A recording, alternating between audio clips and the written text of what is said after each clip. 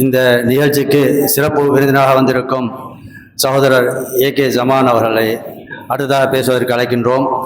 அவர்கள் மதுரையைச் சேர்ந்தவர்கள். அவர் ஒரு பிஸ்னஸ்மேன்.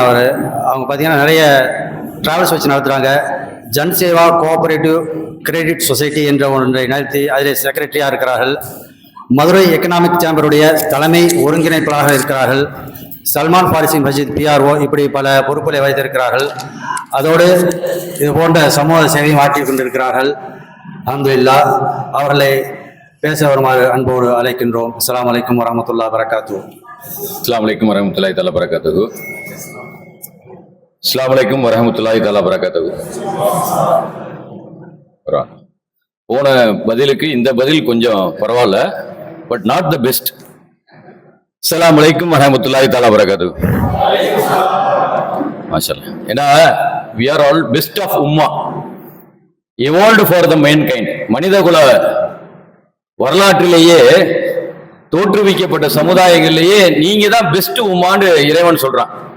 பெஸ்ட் உம்மாண்டா எல்லாரையும் சேர்த்துதான், இந்துக்கள், முஸ்லீம்கள், கிறிஸ்தவர்கள். இந்த நபிகளார் ஸல்லல்லாஹு அலைஹி வஸல்லம் அவங்களுக்கு அருளப்பட்ட இந்த உம்மத் இருக்குல்ல, you are the best of உம்மா, எவால்வ்டு ஃபார் த மேன்கைண்ட் அப்படின்னு அல்லாஹ் சொல்லக்கூடிய காரணத்தினால நீங்க எல்லாத்துலயும் பெஸ்டா இருக்கணும் அப்படின்னு இறைவன் விரும்புறா, இந்த சமூகம் விரும்புது. அதனால இருக்கலாமா?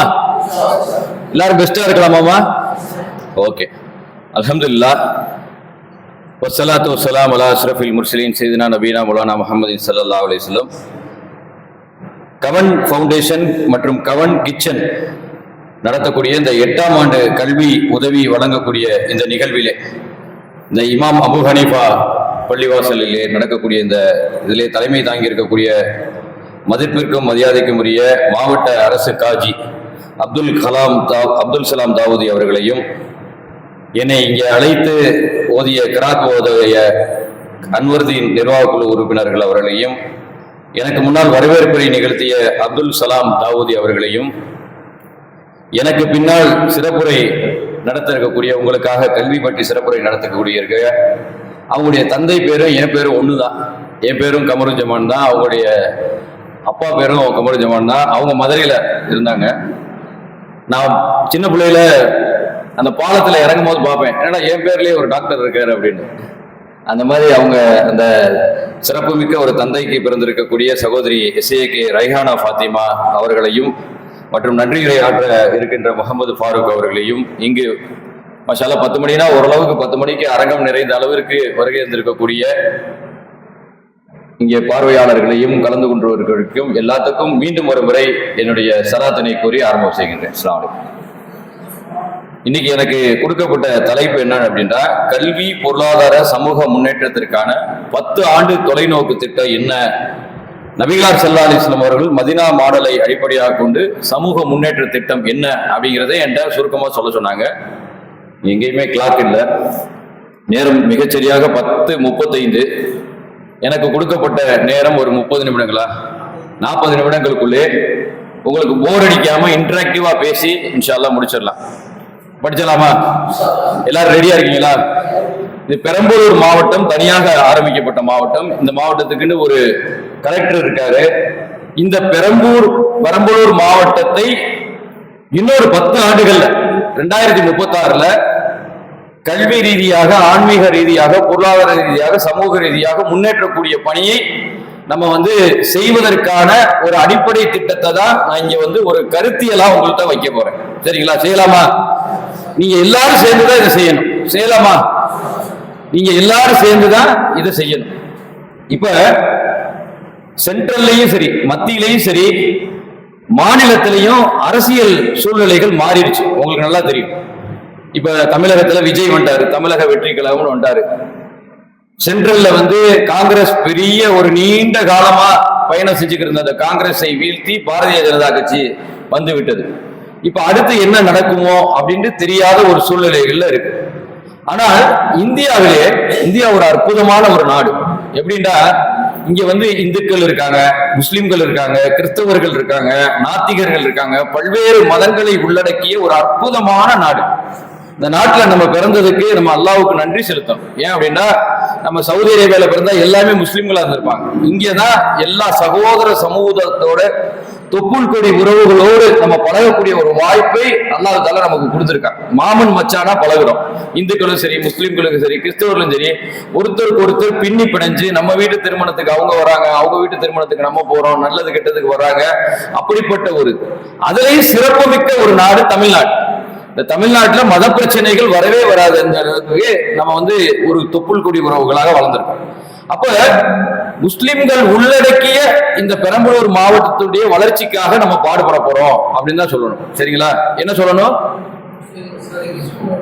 முஸ்லிம்கள் உள்ளடக்கிய பெரம்பலூர் மாவட்டத்துடைய வளர்ச்சிக்காக நாங்க பாடுபட்டு கொண்டிருக்கிறோம்.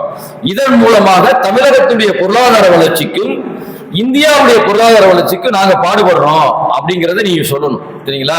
எங்கேயுமே முஸ்லிம்களுடைய வளர்ச்சி அப்படின்னு தனிப்பட்ட முறையில நீங்க ஐசோலேட் ஆயிடக்கூடாது. ஐசோலேட்னா தனிப்பட்டு போயிடக்கூடாது. நாங்கள் முஸ்லிம்கள் உள்ளடக்கிய பெரம்பலூர் மாவட்டத்துடைய வளர்ச்சிக்காக நாங்க பாடுபட போறோம் அப்படின்னு சொல்லணும். சரிங்களா? இது ஒரு பயான் கிடையாது. இது நான் சொல்றது ஒரு பயான் கிடையாது. இது ஒரு கருத்தியல். பயானுக்கும் கருத்தியலுக்கும் என்ன வித்தியாசம் அப்படின்னு சொன்னா, பயான்டா எப்படி தொழுகப்படணும், எப்படி நோன்பு வைக்கணும், எப்படி ஒவ்வொரு வாழ்க்கையுடைய ஒவ்வொரு நிலைகளையும் பயான்ல சொல்லிட்டே போவாங்க. அது வேணும். அது என்னுடைய தனி மனிதனுடைய ஒழுக்க மாண்புகளுக்கும் ஒரு சமூகத்துடைய ஒழுக்க மாண்புகளுக்கு தேவையானது. கருத்தியல்னா என்னடா? கருத்தியல்னா ஒரு சிந்தனையை உங்கள்கிட்ட விதைத்து அந்த சிந்தனையை ஒரு மாற்றமாக ஏற்படுத்தி அதை ஒரு புரட்சியாக பண்ணுவது. அது ஒரு புரட்சியாக பண்ணுவது. அப்ப கருத்தியல்னா என்னன்னா, பயான்டா 1 இன்னைக்கு ஒழு பத்தி சொல்லுவாங்க, 2 தொழுகை பத்தி சொல்லுவாங்க, 3 நோம்ப பத்தி சொல்லுவாங்க, 4 ஜக்காத்தை பத்தி சொல்லுவாங்க, 5 குடும்பவியலை பத்தி சொல்லுவாங்க. கருத்தியல்னா என்னன்னா, உன்னையே 100 தடவை சொல்லணும். உன்னையே 100 தடவை சொல்லணும். இங்க நான் சொல்றதைத்தான் நீங்க போய் திருப்பி சொல்லணும், நான் சொல்றதைத்தான் நீங்க போய் திருப்பி சொல்லணும். அப்ப இந்த கருத்தியல் எங்க இருந்து எடுக்கணும்? இது ஜமான் பையனா என்னுடைய கருத்தியலா அப்படின்னா என்னுடைய கருத்தியல் கிடையாது. என்னுடைய கருத்தியல் கிடையாது. அது கலீல் முனீர் அஜ்ரத்னு ஒருத்தர் உங்க ஊர் மாவட்டத்துல பேசிட்டு போனாரு. அவருடைய கருத்தியலா? அவரு இதே தான் சொல்லுவார். நான் சொல்றதைத்தான் பெரும்பாலும் சொல்லுவார். அவர் சொல்றதைத்தான் நான் சொல்லுவேன். அந்த கருத்தியல் அப்படின்னா இல்ல. அவங்களுக்கு தனி கருத்தியல் இல்ல. இஸ்லாம் ஒரு ஃபுல்ஃபில்டு ரிலீஜியன். இஸ்லாம் ஒரு முழுமையாக்கப்பட்ட மார்க்கம். ரசூலுல்லாஹ் எத்தனை வருஷம் நபித்துவ பட்டம் வாங்கி இருந்தாங்க? 20 யார் சொன்னது? வெரி குட், மாஷா அல்லாஹ். 23 வருஷம். அதுல மக்காவுல எத்தனை வருஷம் இருந்தாங்க? மதீனாவுல எத்தனை வருஷம் இருந்தாங்க? பெண்கள் சைடு சொல்லுங்கம்மா. எங்க 10 எங்க 13? மக்காவுல 10. கரெக்டா சொல்லிட்டீங்க, ஆனா தப்பா சொல்லிட்டீங்க. மக்காவுல 13, மதீனாவுல 10 வருடங்கள் இருந்தாங்க. வெரி குட், மாஷா அல்லாஹ். மக்காவுல 13 வருஷம் அடிப்படை பேஸ உருவாக்குறாங்க. லா இலாஹ இல்லல்லாஹ் முஹம்மது ரசூலுல்லாஹ் அப்படிங்கிற ஒரு அடிப்படை கலிமாவை சொல்லி அங்க 13 வருஷம் ஒரு அடிப்படையை உருவாக்குறாங்க. அப்புறம் 10 வருஷம் மதீனாவுக்கு போய் அங்க ஒரு மிகப்பெரிய இஸ்லாமிய ஜனநாயகத்தை கட்டியமைக்கிறாங்க. அங்க மதீனா கான்ஸ்டிடியூஷன் ஆஃப் மதீனா. வரலாற்று ஆய்வாளர்கள் எழுதுறாங்க, இந்த கான்ஸ்டிடியூஷன் ஆஃப் மதீனாவை இந்த முகம்மது என்று சொல்லக்கூடிய இந்த ஒரு மாமனிதர் அந்த 10 வருடத்துல அங்க ஒரு மிகப்பெரிய சமூக மறுமலர்ச்சியை ஏற்படுத்தலைன்னா இன்னைக்கும் இந்த உலகம் இருண்ட கண்டமாகவே இருந்திருக்கும் அப்படிங்கிறாங்க. இன்னைக்கும் இந்த உலகம் இருண்ட கண்டமாகவே இருந்திருக்கும் அப்படின்னா, அப்ப ரசூலுல்லாஹ் போய் 10 வருஷத்துல அல்லாஹ்வுடைய தூதர் முகமது நபி அவங்க போய் 10 வருடத்துல ஒரு மிகப்பெரிய மாற்றத்தை ஏற்படுத்தினாங்க. அந்த மாற்றம் 1 வருஷம் 2 வருஷம் இல்ல, அந்த தாக்கம். இப்ப நான் பேசிட்டு போனா இந்த தாக்கம் உங்களுக்கு எவ்வளவு தூரம் இருக்குங்கிறது எனக்கு தெரியாது. ஆனால் இது ஒரு 10 வருடம் ஒரு தாக்கத்தை ஏற்படுத்தினால் அது ஒரு மாற்றம்.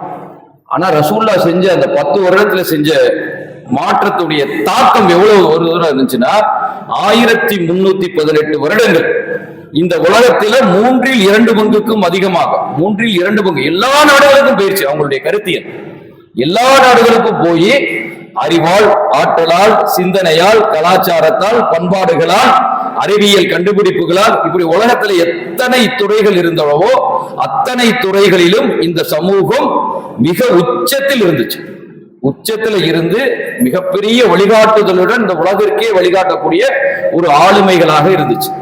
அப்ப அந்த கருத்தியலை தான் நம்ம இங்க சொல்ல போறோம். இங்க நம்ம பெரம்பலூர் மாவட்டத்திலையும் சரி, மதுரை மாவட்டத்திலையும் நாங்க ஆரம்பிச்சு மதுரை மாவட்டத்துல இதோட 5.5 வருடங்களாக ஆகிவிட்டது. எல்லா மக்களையும் இணைச்சிருக்கோம். 1500 பேர் பிசினஸ் பீப்புள் மெம்பர்ஸா இருக்காங்க. இப்ப இங்க என்ன, அப்ப கருத்தியலுடைய முதல் படி என்ன, கருத்தியலோட முதல் படி என்ன அப்படின்னு சொன்னா, நம்ம வந்து there is no sex in Islam. அதாவது இஸ்லாத்துல எந்த பிரிவினைகளுமே இல்லை. there is no Sunni, there is no Shia, there is no Tawhid, there is no, அப்படி எங்கேயாவது குரான்லயோ ஹதீஸ்லயோ சியாண்டோ, இந்த ஒட்டுமொத்த குரானை எடுத்து நீங்க பாருங்க, ஒட்டுமொத்த நபிகளார் ஸல்லல்லாஹு அலைஹி வஸல்லம் அவருடைய ஹதீஸ் புத்தகத்தை எடுத்து பாருங்க. இங்க இருக்கக்கூடிய தாஜின் ஹஜ்ரத் அவங்க மக்காவில் அவங்க வந்து மக்காவில் மாணவி மதீனாவில் மாணவின்னு ஒரு புத்தகம் போட்டிருக்காங்க. 23 வருஷம் நபிகளாருடைய வாழ்க்கையை போட்டிருக்காங்க. அதுல ஏதாவது ஒரு இடத்துல சியாண்டோ சுன்னிண்டோ ஏதாவது ஒரு வார்த்தைகள் இருக்கா அப்படின்னு பார்த்தா இல்ல. நம்மளை என்னாண்டு அல்லாஹ் சொல்றான் அப்படின்னா, நம்மளை வந்து முஸ்லிம்கள் அப்படிங்கிறான். முஸ்லிம்கள் அப்படிங்கிறான். முஸ்லிம்கள் தான் நம்ம வந்து ஒன்றிணையணும். இந்த உம்மத்து வந்து முஸ்லிம் சமூகம். அப்ப லா இலாஹா இல்லல்லாஹ் முஹம்மது ரசூலுல்லாஹ் யாரெல்லாம் சொல்லியிருக்காங்களோ அவங்களையெல்லாம் முஸ்லிம்கள் அப்படின்னு ஏத்துக்கிட்டு நம்ம வந்து அரவணைக்கணும். இதுதான் நம்ம வந்து செய்யக்கூடிய முதல் பணி. நபிகளார் ஸல்லல்லாஹு அலைஹி வஸல்லம் மக்காவில இருந்து மதீனாவுக்கு போன உடனே அங்க வந்து ஒரு 4C கான்செப்ட் ஏற்படுத்தினாங்க. நல்லா கவனிங்க, நோட் பண்றவங்க நோட் பண்ணிக்கோங்க, செல்ல நோட் பண்றவங்க கூட நோட் பண்ணிக்கோங்க. ரசூலுல்லாஹ் மக்காவில இருந்து மதீனாவுக்கு போனதுக்கு அப்புறம் அங்க ஒரு 4C கான்செப்டை உருவாக்குறாங்க. என்ன 4C கான்செப்ட்? நம்ம நபிகளாரை எப்படி பார்த்திருக்கோம் அப்படின்னா, தொழுகை எப்படி பண்றதுன்னு சொல்லி கொடுத்தாங்க, நோன்பு எப்படி பண்ணணும்னு சொல்லி கொடுத்தாங்க. ஒரு ஆன்மீக தலைவராக தான் பார்த்திருக்கோம். அவங்க ஒரு ஆன்மீக தலைவர் மட்டுமல்ல, அவங்க ஒரு அரசியல் தலைவர். அவங்க வந்து ஒரு பெரிய புனரமைப்பாளர், பெரிய புரட்சியாளர், மிகப்பெரிய மாமனிதர். அவங்க வந்து இந்த உலகத்திற்கு வந்தது மாபெரும் அருட்கொடை. அந்த ரீதியில நபிகளார் ஸல்லல்லாஹு அலைஹி வஸல்லம் பார்க்கிறோம். அப்ப நபிகளார் ஸல்லல்லாஹு அலைஹி வஸல்லம் ஒரு 4C கான்செப்டை கொண்டு வராங்க. என்ன 4C கான்செப்ட்னா, first C connecting the people, connecting the people. இப்ப பெரம்பலூர் மாவட்டத்துல, இப்ப நீங்க எந்த ஜமாத் தம்பி? நீங்க எந்த ஜமாத்து, எந்த ஊருட்டா? சும்மா தைரியமா பேசுங்க, தப்பா. பெரம்பலூர்ல எந்த ஊர்? இப்ப நான் மதுரைன்னா நான் வந்து தபாத்துதினார் ஜமாத்து. நீங்க எந்த ஜமாத்து? இல்ல ஜமாத்து ஒரு ஊர் மஹல்லா இருக்குல்ல, மக்கா மஸ்ஜித். ஓகே, மக்கா மஸ்ஜித் மஹல்லா. மக்கா மஸ்ஜித் மஹல்லால இருக்கக்கூடிய எல்லா மக்களையும் நீங்க போய் சந்திக்கணும். அதான் முதல் C, கனெக்டிங் த பீப்புள். நபி மதீனாவுக்கு போன உடனே அங்க இருக்கக்கூடிய யூத குலத்தை போய் சந்திச்சாங்க. 2 குலங்கள் இருந்தது, அவுஸ் கஜ்ரஜ். அவங்கள போய் சந்திச்சாங்க. எல்லாரையும் சந்திச்சு அவங்களை எல்லாம் கனெக்ட் பண்ணாங்க. எல்லாரையும் போய் பாக்குறாங்க, எல்லாரையும் போய் பார்த்து பேசுறாங்க, அந்த மக்களோட பேசுறாங்க. இதுதான் first C, connecting the people. இந்த மஹல்லால நிர்வாகத்துல இருக்கவங்க இந்த மஹல்லால இருக்கக்கூடிய எல்லா மக்களையும் போய் சந்திக்கணும். சந்திச்சு நீங்க யாரு, என்ன பண்றீங்க அப்படின்னு. இதை நம்முடைய கிறிஸ்தவ சமூக சகோதர சமூக மக்கள் நல்லா பண்றாங்க. அங்க இருக்கக்கூடிய பாஸ்டர்கள் அங்க இருக்கக்கூடிய எல்லாரையும் போய் பார்ப்பாங்க. உங்களுடைய பொருளாதார நிலை என்ன, இது என்ன, உங்களுடைய செல்வ நிலை என்ன, யாருக்கு திருமணம் ஆகல அவங்களுக்கு திருமணம் பண்ணி வைக்கிறது, இதையெல்லாம் நீங்க ஒரு ஃபீல்டு ஒர்க்கா பண்ணணும். அப்ப கனெக்டிங் த பீப்புள், இது நபிகளார் செஞ்சாங்க.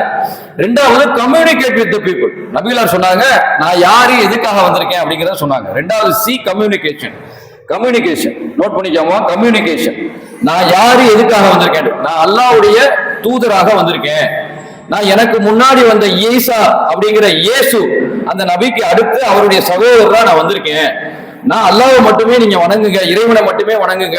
இயேசுவும் அதைத்தான் சொன்னார், என்னுடைய பரம பிதாவை மட்டுமே வணங்குங்க அப்படிங்கறத தான் சொன்னார். எல்லா நபிமார்களும் அதைத்தான் சொன்னாங்க. அப்ப நபிகளார் சொன்னாங்க, கரெக்டா சொன்னாங்க. என்ன சொன்னாங்கன்னா, நான் யாரு எதுக்காக வந்திருக்கேன்? நான் அல்லாஹ்வுடைய நபியா வந்திருக்கேன். உங்களை எல்லாம் வாத்தில இருந்து ஹக்க நோக்கி கொண்டு போறேன். உங்களை எல்லாம் தோல்வியில இருந்து வெற்றியை நோக்கி கொண்டு போறேன். உங்களை எல்லாம் நரக படுகொலியில் இருக்கக்கூடிய மக்களை சொர்க்கத்தை நோக்கி கொண்டு போறேன். நீங்க எல்லாம் ஒழுக்க சீர்கேடுகள்ல இருக்கீங்க, உங்களை ஒழுக்க மாண்பு மிக்க ஒரு சமூகமா நான் மாத்த போறேன் அப்படிங்கறத கிறிஸ்டல் கிளியரா கம்யூனிகேட் பண்ணாங்க, சொன்னாங்க. நான் யாரு? அப்ப நீங்க என்ன சொல்லணும்? நாங்க பெரம்பலூர் மாவட்டத்தில் இருக்கக்கூடிய மக்களை ஆன்மீக ரீதியா, கல்வி ரீதியா, பொருளாதார ரீதியா, சமூக ரீதியா நம்ம எல்லாரும் இணைஞ்சு இதை ஒரு கருத்தியலா ஏற்று நம்ம சமூக ஒரு 2036ல ஒரு உயர்ந்த சமூகமா முன்னேற்றக்கூடிய வேலையை செய்ய போறோம் அப்படிங்கறத கம்யூனிகேட். ஆளுக்கு ஒன்று சொல்லிக்கிட்டு இருக்க கூடாது. நாங்க எதுக்கு வந்து சும்மா இங்க இடம் பார்க்க வந்திருக்கோம். கருத்தியலுங்கிறது இதுதான், ஒரு விஷயத்தை ஆழமா உள்வாங்கி அதை மக்களுக்கு சொல்லணும். இதைத்தான் நபிகளார் ஸல்லல்லாஹு அலைஹி வஸல்லம் செஞ்சாங்க. 2வது C, கம்யூனிகேஷன். 3வது C என்ன? யாராவது படிச்சிருக்கீங்களா? கொலாபரேஷன். அவங்க சொன்ன கருத்தியல் பிடிச்சிருச்சு. நபிகளார் ஸல்லல்லாஹு அலைஹி வஸல்லம் சொன்ன கருத்தியல் மக்களுக்கு பிடிச்சிருச்சு. பிடித்த மக்கள் என்ன செய்வாங்க, எல்லாரும் வரமாட்டாங்க, எல்லாரும் ஒரே நேரத்திலேயே வரமாட்டாங்க. அதே நல்லா தெரிஞ்சுக்கோங்க. நாங்க போய் சொன்னோம் ஜி, அவங்க வரல அப்படின்லாம் இல்ல. நபிலார் ஸல்லல்லாஹு அலைஹி வஸல்லம் அவங்க ஹிரா குகையில வந்து நபித்துவ பட்டம் வாங்கிட்டு போய் அன்னை ஹதீஜா ரலியல்லாஹு தஆலா 1, அபூபக்கர் சித்திக் ரலியல்லாஹு 2, அலி ரலியல்லாஹு தஆலா இப்படி ஒண்ணா ஆரம்பிச்சு எல்லாரும் வரல. ஹிஜ்ரத் செய்யும் போது 100 பேர் தான் வந்தாங்க, 100+ தான் இருந்தாங்க. 13 வருஷம் உழைப்புல 100 பேர் தான் வந்தாங்க. அது ஒரு 80-20 கான்செப்ட்னு ஒண்ணு இருக்குமா. 80-20 கான்செப்ட்னா என்னடா, நீங்க ஒரு 0ல இருந்து ஒரு முயற்சி ஆரம்பிக்கிறீங்கடா, அந்த முயற்சி 0ல இருந்து 1, 2, 3, 4, 5, 20 வர்ற வரைக்கும் உங்களுடைய 80% முயற்சியை போடணும். ஒரு டீ கடை ஆரம்பிச்சாலும் அதுதான். ஒரு டீ கடை ஆரம்பிச்சு அந்த டீ கடையில 1 கப்பு 2 கப்பு 3 கப்பு 200 கப்பு போறதுக்கு நீங்க அவ்வளவு முயற்சிகள் போடணும். அதாவது 200 கப்பு 1000 கப்பு ஆகிறது ஈஸி. 200 கப்பு 1000 கப்பு ஆகிறது ஈஸி. அதுதான் நீங்க ஆரம்பத்துல முயற்சிகளை அதிகமா போடணும். மாற்றங்கள் கொஞ்சம் கொஞ்சமா தான் நடக்கும். மாற்றங்கள் இது நபிக்கு அப்படிதான் நடந்துச்சு. நபிகளார் ஸல்லல்லாஹு அலைஹி வஸல்லத்துக்கு அப்படிதான் நடந்துச்சு. நபிகளார் ஸல்லல்லாஹு அலைஹி வஸல்லம் அடி உத 13 வருஷம் மக்காவுல பாடுபட்டாங்க. பாடுபட்டு என்ன செஞ்சாங்க, அவங்களோட போனது 13 வருஷத்துல ரிசல்ட் என்ன வந்துச்சு? எத்தனை பேர் போனாங்க ஹிஜ்ரத் செஞ்சு? 100 பேர் தான் போனாங்க. 100 பேர் தான் போனாங்க. அதே மாதிரிதான் நான் என்னுடைய முயற்சிகளை எல்லாம் போட்டு ஒரு டீ கடை ஆரம்பிச்சேன்னா அந்த டீ கடையில 200 கப்பு வர்றதுக்கு நான் 1 வருஷம் 2 வருஷம் ஆயிரும். அப்புறம் 200 கப்பு 1000 கப்பு ஆக்குறதுக்கு ரொம்ப ஈஸி. அதுக்கப்புறம் பாக்கி இருக்கக்கூடிய 20% முயற்சியை போட்டா மிச்சம் இருக்கக்கூடிய 80% வளர்ந்துடும். புரியுதா? 80-20 கான்செப்ட். 80% முயற்சிகளை போட்டா 20% தான் வளரும். அப்ப நம்ம எதுக்கு நான் இதை உங்களுக்கு சொல்றேன்னா, நான் போய் சொன்னேன் ஜி, அவங்க கேட்கல ஜி, அப்படித்தான் இருப்பாங்க. அப்படித்தான் இருப்பாங்க. உமர் ரலியல்லாஹு கேட்கல, காலித் பின் வலீத் கேட்கல, ஆனா ரொம்ப நாள் கழிச்சு கேட்டு வந்தாங்க. அபூ சுஃபியான் எல்லா போராட்டத்துக்கும் பின்னாடி வந்தார். எல்லாரும் ஒரே நாள்ல கேட்டுருவாங்கன்னு சொல்லக்கூடாது, நினைக்க கூடாது, எதிர்பார்க்க கூடாது. அப்படித்தான் இருக்கும், அப்படித்தான் இருக்கும். அப்ப கொஞ்சம் கொஞ்சமா தான் மக்களை வந்து நம்ம மாத்தக்கூடிய பணியை வந்து செய்யணும். அப்ப இந்த 80-20 கான்செப்ட் நல்லா உள்வாங்கிக்கோங்க. ஒரு 2 பேர் ஆரம்பத்துல உங்களோட இணைஞ்சு பணியாற்றினாங்கன்னா போதும். நீங்க போய் அந்த கருத்தியலை மட்டும் மாறாம தொடர்ந்து தொய்வின்றி சொல்லிக்கொண்டே இருக்கணும். அது சொல்ல சொல்ல சொல்ல அந்த மக்கள் வருவாங்க. இப்ப 2C முடிச்சாச்சு. 3வது C என்ன? கொலாபரேஷன். அப்படி நீங்க சொல்லக்கூடிய கருத்தியல் பிடிச்சவங்க, ரசூலுல்லாஹி ஸல்லல்லாஹு அலைஹி வஸல்லம் சொன்ன கருத்தியல் பிடிச்சவங்க அவங்களோட ரசூலுல்லாஹ்ட்ட கேட்டாங்க, ரசூலுல்லாஹ் உங்க சொல்ற கருத்தியல் பிடிச்சிருக்கு, நபி உங்களுடைய கருத்தியல் பிடிச்சிருக்கு, நாங்க உங்களோட இணைஞ்சு பணியாற்றட்டுமா அப்படின்னு கேட்டாங்க. நாங்க உங்களோட இணைஞ்சு பணியாற்றட்டுமா அப்படின்னு கேட்டாங்க. ரைட்டு அப்படின்ட்டு அவங்கள எல்லாம் இணைச்சுக்கிட்டாங்க. இதான் 3வது C, கொலாபரேஷன். கொலாபரேஷன் என்னன்னா இணைக்கிறது. நீங்க முதல்ல கனெக்டிங் தி பீப்புள், முதல்ல போய் மக்களை சந்திச்சுக்கிட்டே இருக்கணும், கம்யூனிகேட் பண்ணணும். கம்யூனிகேட் பண்ணணும்னா உங்களோட கொலாபரேட் எதிர்பார்ப்பாங்கன்னு எதிர்பார்க்க கூடாது. ஒருத்தவங்க உடனே வருவாங்க, ஒருத்தவங்க 1 வருஷம் கழிச்சு வருவாங்க, ஒருத்தவங்க 5 வருஷம் கழிச்சு வருவாங்க, ஒருத்தவங்க 10 வருஷம் கழிச்சு வருவாங்க. அது அப்படித்தான் அல்லாஹ் வச்சிருக்கான். ஓகேங்களா? 3வது C கொலாபரேஷன். 4வது C மிக முக்கியமானது என்ன அப்படின்னு சொன்னா கிரியேஷன். கிரியேஷன் தான் என்னன்னா, அப்படி இணையக்கூடிய மக்களை அவங்களுக்கு எந்தெந்த துறைகள்ல திறமை இருக்குன்னு ரசூலுல்லாஹ் பார்த்து அவங்கள அந்த துறைகள்ல ஆளுமைகளா உருவாக்குனாங்க. அப்ப அபூ ஹுரைரா ரலியல்லாஹு தஆலா இணைஞ்சாங்களா? உங்களுக்கு என்ன அபூ ஹுரைரா ரலியல்லாஹு தஆலா பணத்தை கொடுத்து நீங்க போய் போர் புரிங்கன்னு சொல்லல. அவங்கள்ட்ட என்ன சொன்னாங்க, இவங்களுக்கு என்ன திறமை இருக்கு, இவங்களுக்கு ஹதீஸ் கலையை எழுதக்கூடிய திறமை இருக்கு, நீங்க என் கூடயே உட்கார்ந்து ஹதீஸை எழுதுங்க அப்படின்னு உட்கார வச்சாங்க. காலித் பின் வலீத் ரலியல்லாஹு என்ன திறமை இருக்குன்னு பார்த்து அவங்களுக்கு போர் படை தளபதிக்கு உண்டான எல்லா திறமைகளும் இருக்குன்னு பார்த்து நீங்க போய் போர் புரிங்க, நீங்க போர் படை தளபதியா இருங்கன்னு அனுப்புனாங்க. இப்படி மெர்ச்சன்ட் வியாபாரத்துல ஒருத்தர் ஆளுமையாக்குனாங்க, விவசாயத்துல ஆளுமை, யார்கள் எந்தெந்த துறைகளிலே அவர்களுக்கு வந்து ஆர்வமும் அவர்களுக்கு திறமையும் இருக்குன்னு பார்த்து அந்தந்த துறைகள்ல அவங்கள ஆளுமையாக்குனாங்க.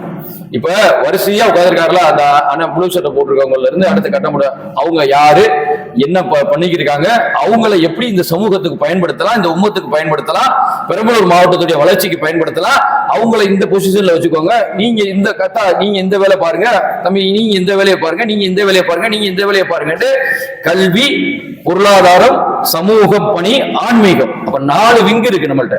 தீன் விங்கு, எஜுகேஷன் விங்கு. இப்ப மேடம் இருக்காங்க, இவங்க வந்து ரெஹானா ஃபாத்திமா வந்து எஜுகேஷன்ல ஒரு ஆளுமையா இருக்காங்க. இவங்களை வந்து நம்ம எஜுகேஷனுக்கு பயன்படுத்தணும். இவங்களோட திறமைகளை, இவங்களோட எந்தெந்த வகையிலாம் எஜுகேஷனுக்கு பயன்படுது. இவங்கள மாதிரியே இங்கேயும் திறமையாளர்கள் உட்கார்ந்துருப்பாங்க. எப்பயுமே மேடையில பேசுற ஆள்லாம் திறமையாளர்கள்லாம் இல்ல, அவங்களுடைய திறமையை காட்டுறதுக்கு அவங்களுக்கு வாய்ப்புகள் கொடுக்கப்பட்டிருக்காது. சரிங்களா? அந்த தம்பிக்கு நல்ல திறமை இருக்கும். அவர் அவங்க வாங்க தம்பி, நீங்க சமூகத்துக்காக எதுல பணியாட போறீங்க? தீன் விங்கிலையா, எஜுகேஷன் விங்கிலையா, சோசியல் விங்கிலையா, அல்லது எக்கனாமிக் விங்கிலையா, எதுல வேணாலும் பணியாற்றுங்க வாங்க. ஒருத்தர் இருப்பாரு, பெரிய பிசினஸ் மேனா இருப்பாரு. அவர் ஏற்கனவே பெரம்பலூர் மாவட்டத்தில் 10 கடை வச்சிருப்பாரு. அவரை கூப்பிட்டு இளைஞர்களுக்கு எல்லாம் நீங்க பிசினஸ் பயிற்சி கொடுங்க. ஒரு 5 லட்ச ரூபா வச்சு எப்படி முதலீடுல பிசினஸ் ஆரம்பிக்கிறது, 2 லட்ச ரூபா வச்சு எப்படி முதலீடு ஆரம்பிக்கிறது, இங்க இருக்கக்கூடிய இந்த பெண்களுக்கு 5000 ரூபாய் முதலீட்டுல ஒரு இட்லி கடை வைக்கிறது எப்படி, ஒரு ஃப்ரூட்ஸ் வாங்கி ஃப்ரூட் சாலட் வைக்கிறது எப்படி, ஒரு லஸ்ஸி போட்டு கொடுக்கறது எப்படி, ஒரு பாத்திரம் வாங்கி அந்த பாத்திரத்தை விற்கிறது எப்படி, ஒரு நைட்டி வாங்கி விற்கிறது எப்படி, இதையெல்லாம் பிசினஸ் பீப்புள் இந்த பெண்களை எம்பவர்மெண்ட் பண்ணக்கூடிய துறைகளை பண்ணணும். அப்ப 4 துறைகள் நம்மள்ட்ட இருக்கு. என்ன துறைகள்? ஒன்னு ஆன்மீக துறை, இன்னொன்னு கல்வி, 3வது சோசியல் ஊரக வளர்ச்சி, 4வது பிசினஸ் எக்கனாமிக்ஸ். இந்த 4ஐயும் தான் நபிகளார் ஸல்லல்லாஹு அலைஹி வஸல்லம் மதீனாவுல பண்ணாங்க. அதுதான் நம்மளும் இங்க பண்ண போறோம். அப்ப இந்த 4 துறைகளையும் நீங்க கையில எடுத்து, ஆன்மீகத்துறை, கல்வித்துறை, பொருளாதாரத்துறை, சமூகத்துறை, இதை நான் சொல்லும் போது உங்களுக்கு விளங்காது. ஆனா 10 தடவை நீங்க இதே மாதிரி கேட்டுக்கிட்டீங்கன்னா நீங்க இந்த கருத்தியலை அப்படியே போய் பிற மக்கள்கிட்ட சொல்லக்கூடிய ஆட்கள் உங்களுக்கு வந்துடும். திருப்பி திருப்பி திருப்பி திருப்பி கேட்டீங்கன்னா அந்த கருத்தியல் உங்களுக்கு பிடிக்க ஆரம்பிச்சிடும், பழக ஆரம்பிச்சிடும். அடுத்து உங்களுக்கு சொல்லக்கூடிய திறமை உங்களுக்கு வந்துடும். சரிங்களா? சொல்லிடலாமா? இதுவரைக்கும் நான் என்னன்னு சொன்னேன்? புல்லட் பாயிண்ட் மட்டும் சொல்லுங்க. இது வரைக்கும் நான் என்னென்ன சொன்னேங்கிறது மட்டும் யாராவது ஒரு தம்பி சொல்ல முடியுமா? சொல்லுங்க தம்பி, நீங்க சொல்லுங்க. இந்த ஸ்விட்ச் போடா, ஏன்னா நான் பாட்டுக்கு பேசிட்டு அவரு இறங்கணும்னு ஒருத்தர் சொல்லுவாரு, சூப்பரா பேசினாருங்க. அப்படியா? 2 பாயிண்ட் சொல்லுங்க. சூப்பரா பேசினாருங்க பயானு. நான் அப்படிதான் கேட்பேன் ஜும்மாவில், சூப்பரா பேசினாருங்க. என்னங்க சொன்னாருங்க? சூப்பரா பேசினாரு. திருப்பி அதான் சொல்லுவாரு. 2 பாயிண்ட் சொல்ல மாட்டாங்க. இல்ல முதல்ல 4C. அதுக்கு முன்னாடி நம்ம எதுக்காக இங்க வந்திருக்கோம்? பெரம்பலூர் மாவட்டத்தை இல்ல முஸ்லிம்கள் உள்ளடக்கிய சமூகத்தை ஒரு 10 ஆண்டுகள் தொலைநோக்கு திட்டத்தோட வளர்த்தெடுக்கக்கூடிய பணியை செய்ய போறோம். செய்யலாமா? அதான் கம்யூனிகேஷன். நான் எதுக்காக வந்திருக்கேன் இங்க வந்திருக்கேன் அப்படின்னா, நான் பயான் பண்ணிட்டு எனக்கு எல்லாரும் ஒரு 1000 ரூபாய் கொடுங்கன்னு கேட்கறதுக்காண்டி வந்திருக்கேன். ஒரு நோக்கம் இருக்கணும்ல. அப்ப நான் எதுக்காக வந்திருக்கேன்டா, இந்த பெரம்பலூர் மாவட்டத்தில் இருக்கக்கூடிய இந்த சமூக மக்கள் நீங்க ஒரு சிந்தனையை உங்களுக்கு போட்டு ஒரு 10 ஆண்டுகள்ல ஏதா சமூகம் பின்னடைஞ்சிருக்குன்னு எல்லாரும் கவலைப்பட்டுக்கிட்டே இருந்தா அது ஆற்றலா மாறாது. நீங்க எல்லாரும் ஒண்ணு சேர்ந்து ஏதாவது ஒண்ணு செய்ய ஆரம்பிச்சீங்கன்னா மாற்றங்கள் ஏற்பட ஆரம்பிக்கும். புரியுதா? அப்ப பெரம்பலூர்ல இருக்கக்கூடிய முஸ்லிம்கள் உள்ளிட்ட சமூகத்தை ஒரு 10 ஆண்டுகள்ல ஆன்மீக ரீதியா, கல்வி ரீதியா, பொருளாதார ரீதியா, சமூக ரீதியா முன்னேற்றக்கூடிய பணியை நாங்க செய்ய போறோம். இதுக்காக இதை செய்வதன் மூலமாக தமிழ்நாட்டுடைய பொருளாதார வளர்ச்சிக்கு பாடுபட போறோம். இதை செய்யறதுனால இந்தியாவுடைய பொருளாதார வளர்ச்சிக்கு நாங்க பாடுபட போறோம். புரிஞ்சிருச்சா? கிளியர்? அதை எப்படி செய்யறதுங்கிறத நான் சொன்னேன். 4C. அது நபிகளார் ஸல்லல்லாஹு அலைஹி வஸல்லம் செஞ்சது. 4C என்ன? கனெக்டிங் த பீப்புள், 2வது கம்யூனிகேட் வித் த பீப்புள், 3வது கொலாபரேட் வித் த பீப்புள், 4வது கிரியேட் பண்ண த பீப்புள். அப்படி கிரியேட் பண்ண அந்த பீப்புள் இருக்காங்கல்ல, ரசூலுல்லாஹ் கிரியேட் பண்ணாங்கல்ல சகாபாக்களை, அந்த சகாபாக்கள் நபிகளாருடைய தியாகம் தான் சகாபாக்கள். சகாபாக்களுடைய தியாகம் தான் தாபியீன்கள். அவங்க என்ன செஞ்சாங்க? அடுத்த தலைமுறை ஜெனரேஷனை உருவாக்குனாங்க. அந்த தாபியீன்கள் அடுத்த ஜெனரேஷனை உருவாக்குனாங்க. அவங்க தான் தபா தாபியீன்கள். அந்த தபா தாபியீன்கள் சும்மா போல, அவங்க அடுத்த ஜெனரேஷனை உருவாக்குனாங்க. அவங்க தான் இந்த இருக்கக்கூடிய உலமாக்கள், ஆலிம்கள், ஃபுகஹாக்கள், மிகப்பெரிய வல்லுநர்கள். அவங்க தான் அந்த சமூகத்தை வழிநடத்துறாங்க. சரிங்களா? அல்லாஹ் நான் இப்ப முஸ்லிம்களை பொறுத்த மட்டும் என்னன்னா, உங்க வீட்டுல கார் இருக்காதா? கார் இருக்கா? உங்க வீட்டுல பைக் இருக்கா? உங்க வீட்டுல பைக் இருக்கா? யார் வீட்லயும் பைக் இல்லாமையோ கார் இல்லாமையோ இல்ல. இன்னைக்கு முஸ்லிம் சமூகம் ஓரளவுக்கு எல்லாரும் நல்லா தான் இருக்காங்க. சரிங்களா? Muslims R individually strong. நல்லா கவனமா கேளுங்க. முஸ்லிம்ஸ் இண்டிவிஜுவலா ஸ்ட்ராங்கா இருக்கும், தனி மனிதனாக வளர்ச்சி அடைஞ்சுதான் இருக்கும். But as a community we are very weak. ஒரு கம்யூனிட்டியா, ஒரு சமூகமாக நம்மளால எழ முடியல. ஒரு சமூகமாக எழ முடியல. கம்யூனிட்டியா வி ஆர் வெரி வீக். ஒரு சமூகமா நம்மளால போரா முஸ்லிம்ஸ் நல்லா இருக்காங்க, இண்டிவிஜுவலாவும் நல்லா இருக்காங்க, ஆஸ் எ கம்யூனிட்டியாவும் நல்லா இருக்காங்க. சென்னையில கிட்டத்தட்ட ஒரு 1500 போரா முஸ்லிம்ஸ் கம்யூனிட்டி இருக்காங்க. எந்த வீட்லயும் மதியான சாப்பாடு ஆக்குறது இல்ல. ரொம்ப சந்தோஷமா இருக்கலாமா? பாதி வேலை முடிஞ்சிருச்சு. இந்த கணவர்மார்களுக்கு ஆக்கி போட்டு டெய்லி இதாயிருச்சு. அவங்க என்ன செய்யறாங்கன்னா பெண்களையும் பிசினஸ் பீப்புள் ஆக்குறாங்க, ஆளுமைகள் ஆக்குறாங்க, கல்வியை பள்ளி சொல்லி கொடுக்குறாங்க, பிற மக்களுக்கு செய்யறாங்க. அதுக்காக ஒரு கம்யூனிட்டி கிச்சன் ஒன்று வச்சிருக்காங்க, ஒரு சென்ட்ரலைஸ்டு கிச்சன் வச்சு அந்த கிச்சன்ல இருந்து எல்லா வீட்டுக்கும் சாப்பாடு போயிடும். மதியம் 325 நாள் போகுது. சென்னையில நடக்குது. இதெல்லாம் நம்ம இணைஞ்சாதான் செய்ய முடியும். தனித்தனியா இருந்துட்டு நம்ம சமூகம் சரியில்லை, அவர் சரியில்லை, இவர் சரியில்லைன்னு சொல்லிக்கிறதா வேலை நடக்காது. இதை செய்யக்கூடிய முயற்சியை வானத்திலிருந்து மலக்குகள் குளிச்சுன்னா செய்ய மாட்டாங்க. அல்லாஹ் சொல்றான், இன்னல்லாஹ லா யுகையிரு மாஃபி கௌமின் ஹத்தா யுகையிரு மாஃபி அன்ஃபுசிஹிம். நீங்களாக மாறாத எந்த ஒரு சமூகத்தையும் அல்லாஹ்வாகிய நான் மாத்த மாட்டேன்.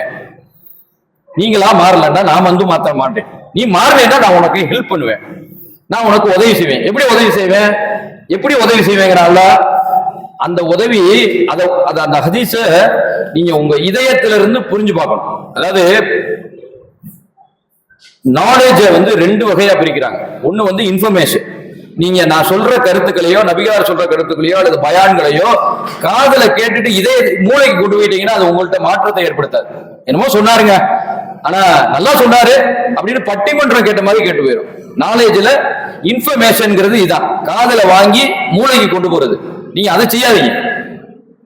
காதுல வாங்கி கல்புக்கு கொண்டு போங்க, காதுல வாங்கி இதயத்துக்கு கொண்டு போங்க. அதைத்தான் ரசூலுல்லாஹ் சொல்லும் போது சகாபாக்கள் கேட்டாங்க, காதுல வாங்கி கல்புக்கு கொண்டு போகணும். ஆமா, நம்ம மேல பொறுப்பு இருக்குல்ல, இவ்வளவு பெண்கள் வந்திருக்காங்கல்ல, இவங்களோட சமூக மாற்றத்தை ஏற்படுத்தணும்ல அப்படின்னு.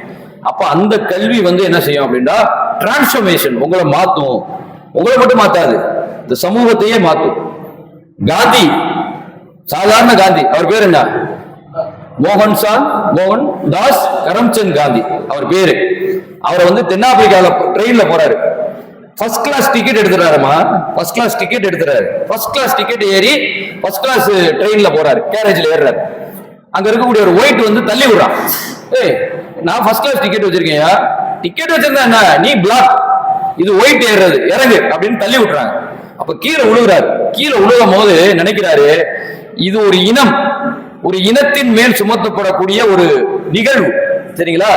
இந்த இழிவை வந்து நான் நீக்குவேன் இனி என்னுடைய வாழ்க்கையில். அவர் பாரிஸ்டர் பட்டம் வாங்கியிருக்காரு, இங்கிலாந்துல போய் அவர் வந்து லா பட்டம் வாங்கி பெரிய லாயர் வருவதற்கான எல்லா இதுவும் இருந்துச்சு. ஆனா அவர் அப்ப அந்த சூழ்நிலை என்ன நினைக்கிறாரு, சிச்சி என்னை தள்ளி விட்டான்ல, இது இனி ஒருத்தனுக்கு நடக்கக்கூடாது அப்படின்னு சொல்லிதான் இனி என் வாழ்க்கை முழுவதுமே நான் இந்த அடக்கப்பட்ட ஒடுக்கப்பட்ட மக்களுடைய விடுதலைக்காக நான் பாடுபடுவேன் எழுந்தார். உலகம் போது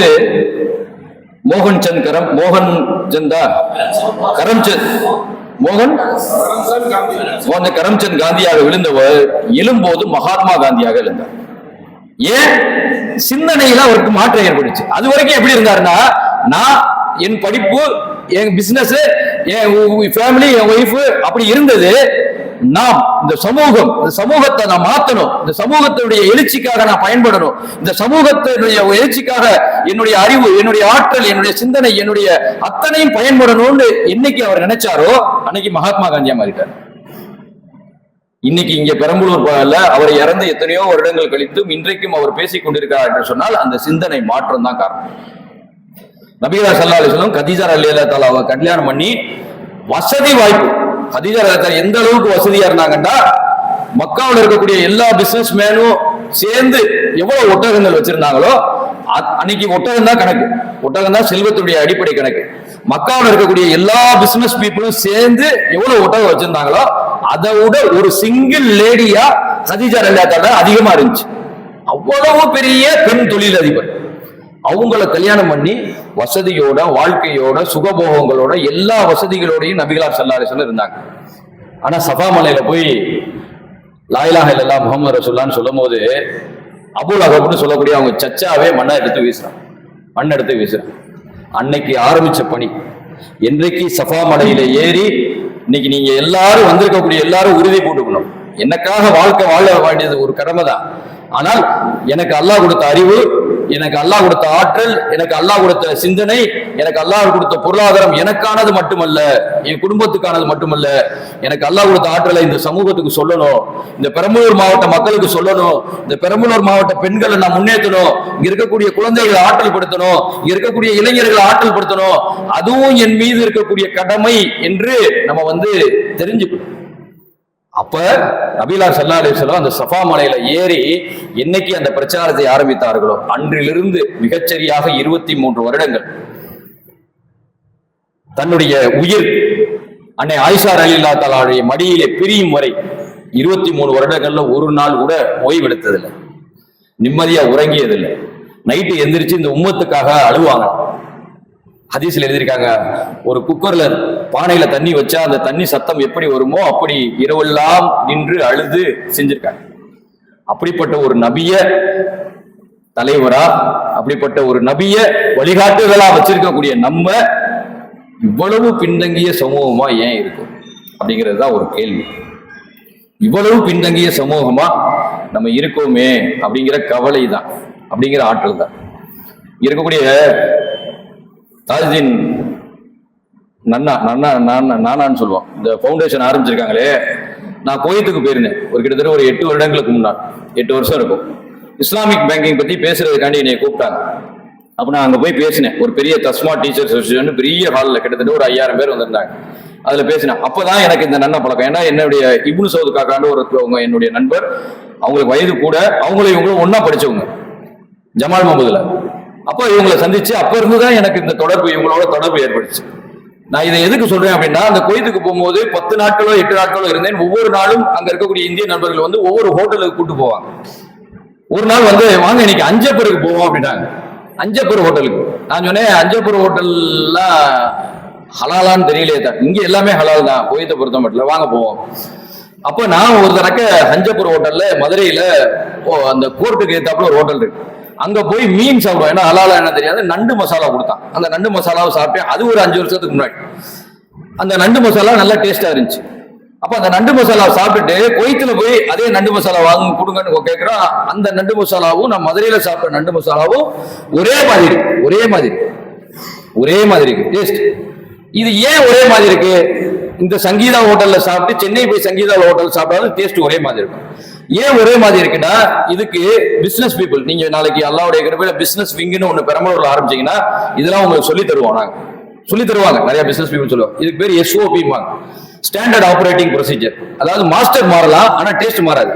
முதல்ல என்ன போடணும், எண்ணெயை எவ்வளவு ஊத்தணும், அடுப்பு எவ்வளவு வைக்கணும், மிளகா பொடி எப்போ போடணும், நண்டை எப்போ போடணும், எல்லாமே சொல்லி கொடுத்து ஒரு சிஸ்டமா போட்டு அதுக்கு அவங்கள பயிற்சி கொடுத்துருவாங்க. நண்டு மசாலாவுக்குன்னு ஒரு SOP போட்டுருவாங்க, ஸ்டாண்டர்ட் ஆபரேட்டிங் ப்ரொசீஜர். ஒன்னொன்னு எப்பப்போ பண்ணணும், எப்படி பண்ணணும், அடுப்பை எப்போ ஆன் பண்ணணும், அடுப்பை எப்போ ஆஃப் பண்ணணும், எந்த மிளகு யூஸ் பண்ணணும், என்ன நண்டு, எல்லாத்துக்கும் SOP போட்டிருப்பாங்க. எல்லாத்துக்கும் SOP போட்டுரும். அதனால என்ன ஆகும், நீங்க எங்க சாப்பிட்டாலும் ஒரே மாதிரி இருக்கும். அதுதான் SOP. இந்த SOP உலகத்திலேயே, இந்த எதுக்கு சொல்றேன்னா, நம்ம மார்க்கம் எவ்வளவு அளவுக்கு வந்து ஒரு SOP உள்ள மார்க்கம் அப்படின்னு சொன்னா, அல்லாஹ்வுடைய தூதர் ஸல்லல்லாஹு அலைஹி வஸல்லம் அவங்க, நீங்க யாராவது வேற சகோதரர்கிட்ட போய், ஒரு இந்துக்கள்கிட்ட போய், சரிங்களா, எப்படிங்க இறந்த உடனே அடக்கம் பண்றது அப்படின்னு கேட்டா ஒவ்வொருத்தரும் ஒவ்வொரு மாதிரி சொல்லுவாங்க, சரிங்களா. ஆனா பல்லு விளக்கணும்டா எப்படி விளக்கணும், குளிக்கணும்டா எப்படி குளிக்கணும், தாடி வைக்கணும்டா எப்படி தாடி வைக்கணும், மீச வைக்கணும்டா எப்படி மீச வைக்கணும், சிரிக்கணும்டா எப்படி சிரிக்கணும், நடக்கணும்டா எப்படி நடக்கணும், எப்படி படுக்கணும், எப்படி எழுந்திருக்கணும், எப்படி தலை சீவணும், எப்படி மூக்க கழுவணும், எப்படி கண்ணை கழுவணும், எப்படி வாய கழுவணும், எப்படி திருமணம் பண்ணணும், எப்படி மனைவிட்டு போகணும், எப்படி வீடு இருக்கணும், எப்படி சுத்தமா இருக்கணும், எப்ப எது செய்யணும், எல்லாத்துக்கும் SOP கொடுத்த ஒரு மார்க்கம் இஸ்லாம் மார்க்கம். நீங்க எதுக்கு SOP இல்லைங்கிறீங்க? இஸ்லாத்துல எதுக்கு SOP இல்ல? காலை எழுந்ததிலிருந்து இரவு தூங்கும் முறை எல்லாத்துக்கும் நபிகளார் ஸல்லல்லாஹு அலைஹி வஸல்லம் SOP கொடுத்துட்டு போயிட்டாங்க. நீங்க ஃபஜர் தொழுகையை இங்க தொழுதாலும் சரி, பிலிப்பைன்ஸ்ல போய் தொழுதாலும் சரி, அங்க மாத்தி தொழுக மாட்டாங்க, ஒரே மாதிரி தான் SOP இருக்கும். அப்படிப்பட்ட வாழ்க்கையுடைய எல்லா விஷயங்களுக்கும் SOP கொடுக்கப்பட்ட ஒரு மார்க்கம். எல்லா வளங்களும் இருந்து, எல்லா வழிகாட்டுதல்களும் இருந்து, எல்லா அருள்களும் இருந்து எங்களுடைய சமூகம் பின்தங்கி இருக்குண்டா, அதுக்கு என்ன காரணம்? நான் மாறல. கண்ணிருந்தும் குருடர்களாக இருக்கிறோம், காதிருந்தும் செவிடர்களாக இருக்கின்றோம், வாயிருந்தும் ஊமையர்களாக இருந்தோம், எல்லாம் இருந்தும் எல்லாம் இல்லாத, எல்லாவற்றையும் இழந்து கல்வி, பொருளாதாரம், சமூக சச்சார் கமிட்டியில சொல்றான், எல்லாத்திலையும் பின்தங்கின சமூகமா. they are most backward. MBC-களை விட பின்னாடி போயிட்டாங்க, SC-களை விட பின்னாடி போயிட்டாங்க, எல்லாத்திலையும் பின்னாடி போயிட்டாங்க. அப்படி பின்னால் போன ஒரு சமூகமாக இந்தியா முழுமைக்கும் இருக்கிறது. அவர் வாசல் வருத்தப்படுறாரு. இந்த சச்சார் கடைசியா மௌத்தா போறதுக்கு முன்னாடி அவர் ஒரு நான் முஸ்லீம் பெங்களூர்ல பேசுறாரு. நான் இந்தியா முழுவதும் சுற்றுப்பயணம் செய்து இந்த முஸ்லிம்களுடைய நிலைகளை எல்லாம் பார்த்து இவங்க கல்வியில, பொருளாதாரத்துல, சமூக நிலையில எல்லாம் பின்தங்கி இருக்காங்கன்னு அரசாங்கத்துல ஒரு அறிக்கை கொடுத்தேன். இந்த முஸ்லிம் தலைவர்கள் அந்த அறிக்கையை கூட படிச்சு பார்க்கல. இந்த முஸ்லிம் தலைவர்கள் இந்த அறிக்கையை கூட படிச்சு பார்க்கலன்னு ரொம்ப வருத்தமா சொன்னார். அப்ப திருப்பி இந்த வசனம் தான், இன்னல்லாஹலா வேறு மாஃபிக்கன், நீங்களா மாறாத எந்த ஒரு சமூகத்தையும் அல்லாஹ் நான் மாற்ற மாட்டேன் அப்படின்னு. அப்ப நம்ம மாறணும்னு நம்ம நினைக்கணும், நம்ம மாத்தணும். என்னால முடியும். ஒரு ஆள் உட்கார்ந்து கவலைப்படுங்க, ஒரு ஆள் உட்கார்ந்து இந்த பள்ளிவாசல் வாங்க உட்காருங்க, நம்ம பேசுவோம், ஏதாவது ஒரு மசூரா பண்ணுவோம், இந்த மசூரா பண்ணி நம்ம முடிவு பண்ணுவோம் அப்படிங்கிற ஒரு மாற்றத்தை நீங்கள் ஏற்படுத்தினால் அல்லாஹ் தஆலா நிச்சயமாக இந்த மாற்றத்தை ஏற்படுத்தும். இன்னைக்கு 32 மாவட்டங்கள்ல இந்த எக்கனாமிக் சேம்பர் நடக்குது. 32 ஊர்கள்ல அந்தந்த வழியில எல்லா மக்களையும் இணைச்சிருக்காங்க.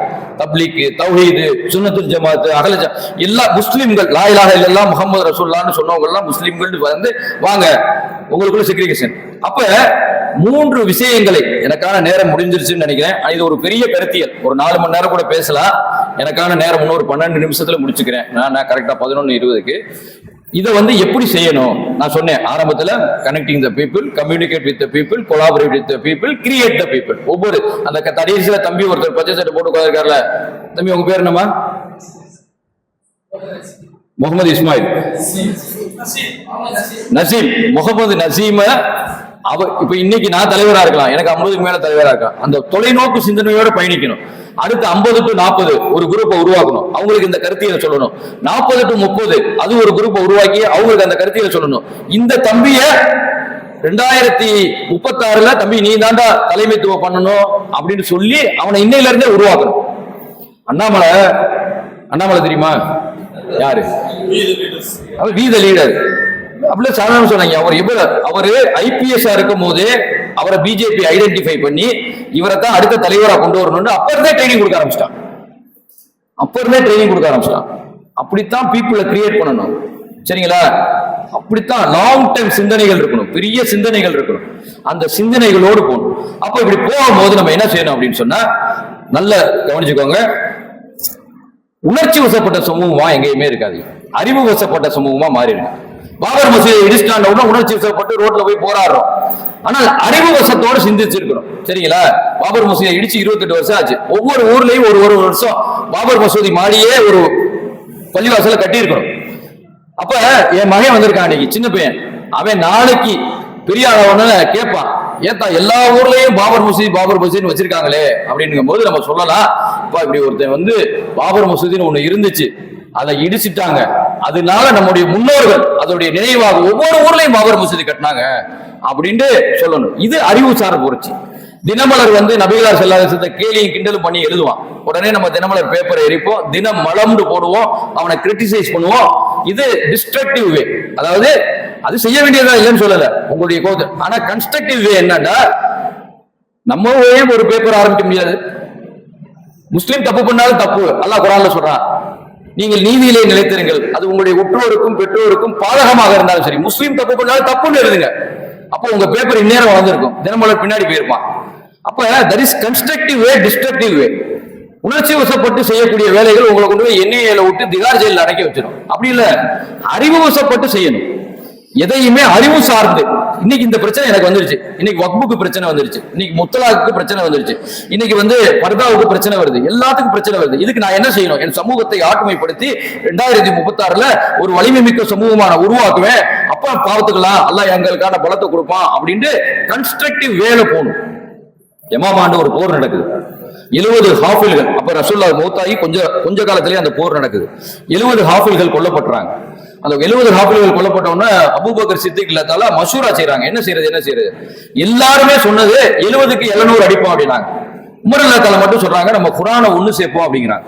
குர்ஆனை ஒண்ணு சேர்ப்போங்கிறாங்க. சிந்தனை மாறுது பாருங்க. மத்தவங்க எல்லாம் உணர்ச்சி ரீதியான பதில் ஆலோசனை சொல்றாங்க, உமர் ரலியல்லாஹு அன்ஹு அறிவு ரீதியான ஆலோசனை சொல்றாங்க. என்ன சொல்றாங்க? நம்ம குர்ஆனை ஒண்ணு சேர்க்கணும். ஏன்னா குர்ஆனை மனப்பாடம் பண்ணவங்க கொஞ்சம் பேர் தான், அவங்கள 70 பேர் இறந்துட்டாங்க. அப்ப இப்போ குர்ஆனை ஒண்ணு சேர்க்க வேண்டிய பணியை இப்ப ஆரம்பிக்கணும். அப்புறம் கடைசியா அபூபக்கர் சித்திக் ஒத்துக்கிட்டாங்க. அதுக்கு ஒத்துக்கிட்டு அப்ப ஆரம்பிச்ச பணி ஜயீத் பின் சாபித் ரலியல்லாஹு தஆலாவுடைய தலைமையில ஒரு குழு அமைக்கிறாங்க. அப்ப அமைக்கிறாங்க. அப்ப அமைச்சு அதுக்கப்புறம் அபூபக்கர் சித்திக் 2 வருஷம் இருந்தாங்க. அதுக்கப்புறம் உமர் ரலியல்லாஹுடைய பொற்கால ஆட்சி 10 வருடங்கள். உஸ்மான் ரலியல்லாஹுடைய ஆட்சியில அந்த குர்ஆன் வேலை அப்ப ஆரம்பிக்கப்பட்ட வேலை தொகுக்கப்பட்டு 6 பிரதிகளோ 8 பிரதிகளோ எடுக்கப்பட்டு உலகம் முழுவதும் கொடுக்கப்பட்டு இதுல இருந்து இனிமே பிரதிகள் எடுத்துக்கோங்க, இனி வேற குர்ஆனே இருக்காது அப்படின்னு சொல்லி செஞ்சாங்க. 70 ஹாஃபில்கள் இழந்த இடத்திலே 7 லட்சம் ஹாஃபில்கள் உருவானாங்க.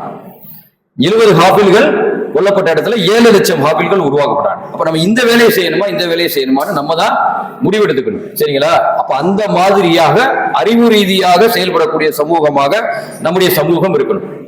2வது மிக முக்கியமான விஷயம், 3 செய்யணும் 3 செய்யக்கூடாது. அதை மட்டும் சொன்னா மிக்க இருக்கக்கூடிய 7 நிமிடங்களும் முடிந்து விடும் என்று நினைக்கிறேன். 3 செய்யணும் 3 செய்யக்கூடாது. முதல் எதை செய்யக்கூடாதுங்கிறத நம்மளுக்குள்ள தெளிவா சொல்லிடுறேன். சரிங்களா? எதை செய்யக்கூடாது அப்படிங்க. நம்பர் 1 என்ன செய்யக்கூடாது அப்படின்னா, நமக்குள்ளே இருக்கக்கூடிய பிரிவினைகளை பற்றி பேசக்கூடாது. பார்த்தா அந்த டீ எடுக்கிறாரு, அவங்க தொப்பி போடாம உட்காந்துருக்காங்க, அவர் தொப்பி போடாமையே தொழுகலாம், இவங்க தொப்பி போட்டு தொழுகலாம், இவங்க தாடி வச்சிருக்கலாம், இவங்க தாடி வைக்காம இருக்கலாம். இந்த விஷயங்களை நமக்கு இருக்கக்கூடிய பிரிவினைகளை பேசாதீர்கள். சரிங்களா?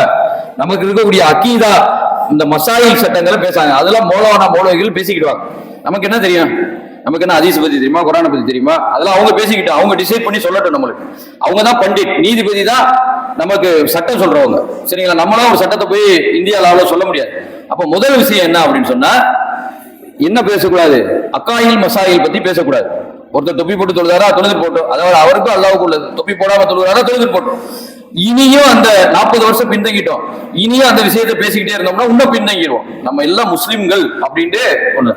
அப்துல்லா இப்னு உபை இப்னு சலூல்னு ஒருத்தர் இருந்தான். யார் தெரியுமா?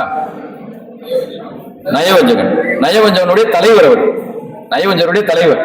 ஆனா மஸ்ஜித் நபவியில வந்து தொழுவார், ரசூலுல்லாஹ்வுக்கு பின்னாடி தான் தொழுவார். ரசூலுல்லாஹ் சொன்னாங்க, நீ என் கூட வந்து அல்லாஹ் காமிச்சாங்க இவன் தான் நயவஞ்சகனுடைய தலைவர். ஆனா அவனை தொலை வரக்கூடாதுன்னு விரட்டவே இல்லை ரசூலுல்லாஹ். கடைசி வரைக்கும் அவன் வந்துகிட்டு தான் இருந்தான்.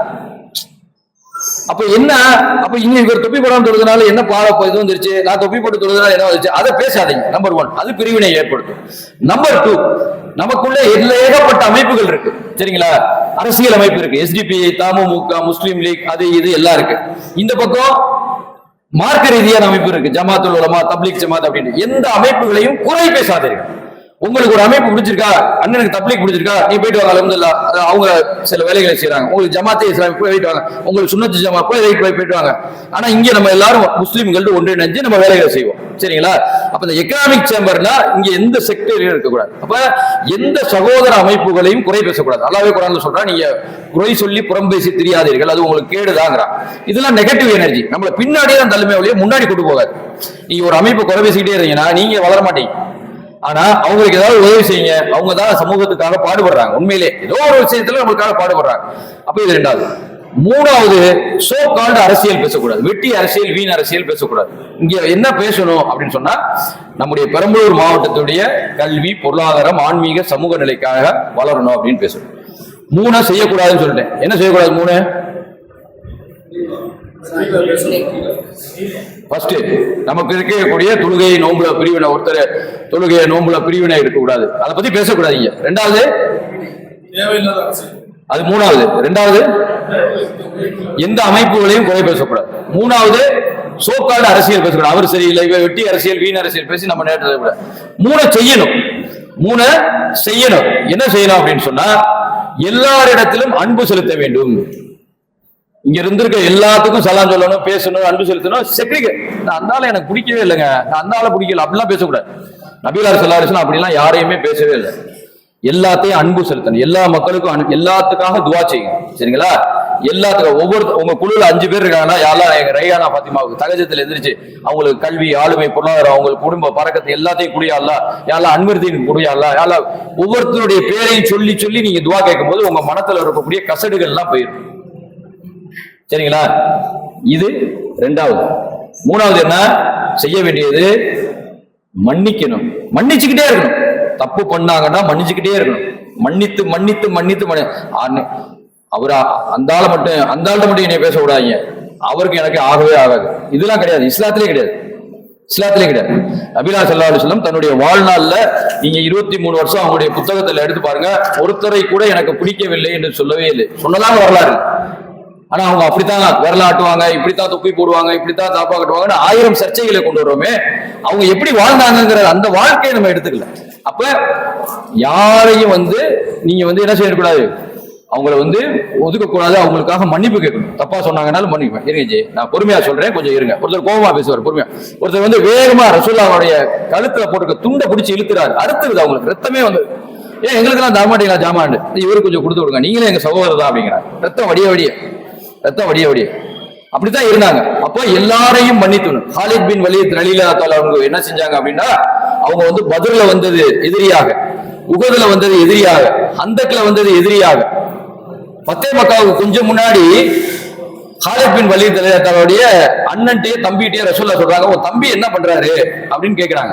உன் தம்பி என்ன பண்றாரு, ஏன் என்னைய புரிஞ்சுக்கிற மாட்டேங்கிறாரு அப்படின்னு கேட்கிறாங்க. ஏன் என்னைய தம்பி வர கொடுக்க தம்பியா, நான் 6:30 மணிக்கு கிளம்பி 3 மணி நேரம் டிராவல் பண்ணி வர, அப்புறம் 5 நிமிஷம் முடிக்க போய் அங்க ஓவர் பண்ணிடுங்க, 5 நிமிஷத்துல கொடுத்துடலாம்.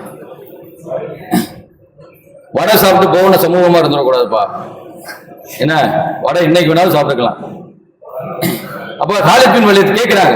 கேட்ட உடனே என்ன என்னை பத்தி நபி கேட்டாங்களா அப்படின்னு, ஆமா அப்படிங்கிறாங்க. என்னை கேட்டாங்களா அப்படின்ட்டு அப்படியே சட்டையே போடாம அஷ்ஹது அல்லா இலாஹ இல்லல்லாஹ் வ அஷ்ஹது அன்ன முஹம்மதன் அப்துஹு வ ரசூலுஹு. பத்ர்ல நம்மளை எதிர்த்தவங்க, உஹதுல ஹம்ஸா ரலியல்லாஹு ரசூலுல்லாஹ்வோட சர்ச்சா எல்லாத்தையும் கொல்றதுக்கு தலைமை ஏற்றவங்க, உஹதுல பெரிய டேஞ்சரை உருவாக்குனதே ஹாலித் பின் வலீத் தான். ஆனா அவங்கள மன்னிச்சாங்க, ஹிந்தாவை மன்னிச்சாங்க. எல்லாரையும் மன்னிச்சு தான் நபிகளார் ஸல்லல்லாஹு அலைஹி வஸல்லம் உருவாக்குனாங்க. அப்ப 3 இது செய்யணும். என்னன்னா, எல்லா மக்களிடத்திலும் அன்பு செலுத்த வேண்டும், எல்லாருக்காகவும் பிரார்த்தனை செய்யணும். 3வது, எல்லாரையும் மன்னிச்சு இருந்தாங்கன்னா ஒரு குழு உருவாகும். அப்படிப்பட்ட குழு உருவானால் அல்லாஹ் இன்ஷா அல்லாஹ் 2036ல யாருப்பா அந்த பெரம்பலூர் மக்கள் மிகப்பெரிய சமூக ஆளுமைகளாக உருவாக்கி இருக்காங்களே, அங்க இருந்து இந்த வீத லீடர் அண்ணாமலை ஆரம்பிச்சுக்காயா, நீங்க ஆரம்பிங்க. 100 இளைஞர்களை உருவாக்குங்க, 100 சமூக சிந்தனையாளர்களை உருவாக்குங்க, 100 பெண் ஆளுமைகளை உருவாக்குங்க, 100 இளம் பெண் ஆளுமைகளை உருவாக்குங்க, 100 மாணவ ஆளுமைகளை உருவாக்குங்க. அப்படி உருவாக்கும் போது நீங்கள் அசைக்க முடியாத இடத்துக்கு போயிருவீங்க. கடைசியாக ஒன்னே மட்டும் சொல்லி முடிச்சிருக்கேன்.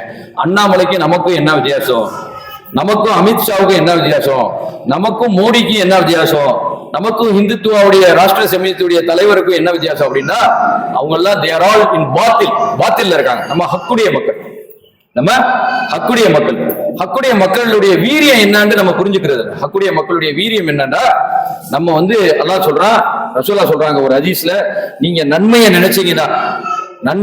நினைச்சீங்கனாலே அல்லாஹ் நன்மையை எழுதிடுவான். ஒரு பாவத்தை செய்ய போறீங்க, நினைச்சீங்கன்னா அது பாவமா எழுத மாட்டான், செஞ்ச எத்தனை ஒண்ணுதான் எழுதுவான். இதுதான் பாத்திலுடைய வீரியம். பாத்திலுக்கு உண்டான வீரியம் என்னன்னா, நீங்க செஞ்சீங்கன்னா ஒண்ணுதான் எஃபெக்ட். ஆனா நன்மையை நீங்க நினைச்சீங்கனாலே அல்லாஹ் ஒரு நன்மை எழுதிடுவான். செஞ்சீங்கன்னா 1ல இருந்து 70 ரமலான் மாதங்கள்ல 700 லட்சம் எழுதுவான்.